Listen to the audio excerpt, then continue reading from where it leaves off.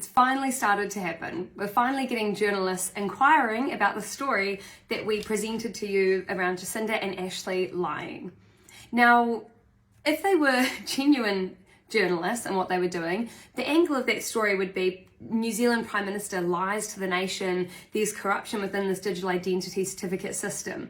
However, because we know that there might be other things at play here, those aren't the kind of emails that I get, and that isn't the kind of email that I got about that video, even though that is the main story. It's a massive story for not only our entire country, but the world. You're exposing a Prime Minister for lying. It's huge. And instead, this is what I get.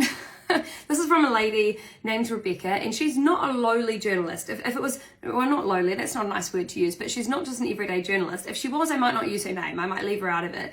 But she is the editor for Newshub. She's a senior editor, a senior member of the Newshub team.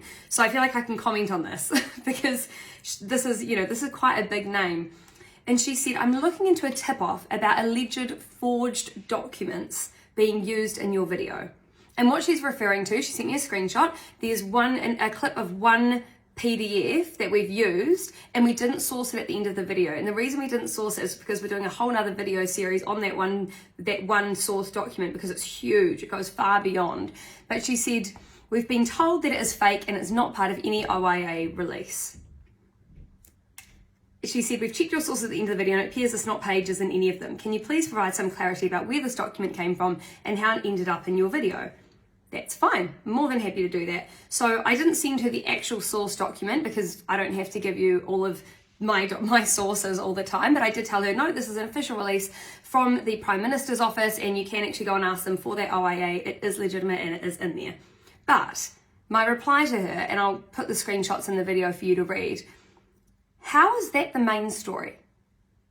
How is this one image of a PDF what she got out of that? We've got the Prime Minister lying, we've got Ashley lying, and then he's recently resigned. We've got multiple members of our health committees now resigning in the same week. And she chooses to focus on a random tip-off from a stranger saying that she doesn't think that that document is real. The one page of that document. We've got all the others that are completely sourced and backed. One page. She's gone through it in enough depth. They've gone through that video in enough depth that she knows that what I've said about everything is accurate. She knows this already. She's a senior editor and she knows this. And yet her angle is to try and catch one page that she can try and say Chantelle is a liar. Like, is that how low you've stooped? Is that what the media in our country does with a major international scandal? That's what she does?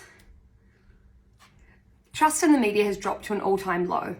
We all know why. And we're seeing it play out firsthand.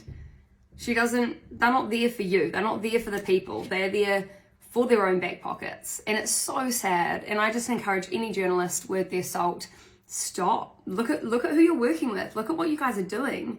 You're creating so much damage and so much harm.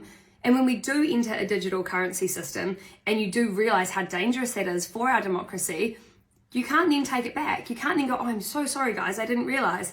We're telling you what you're doing. We're exposing it every single day. Oh, man.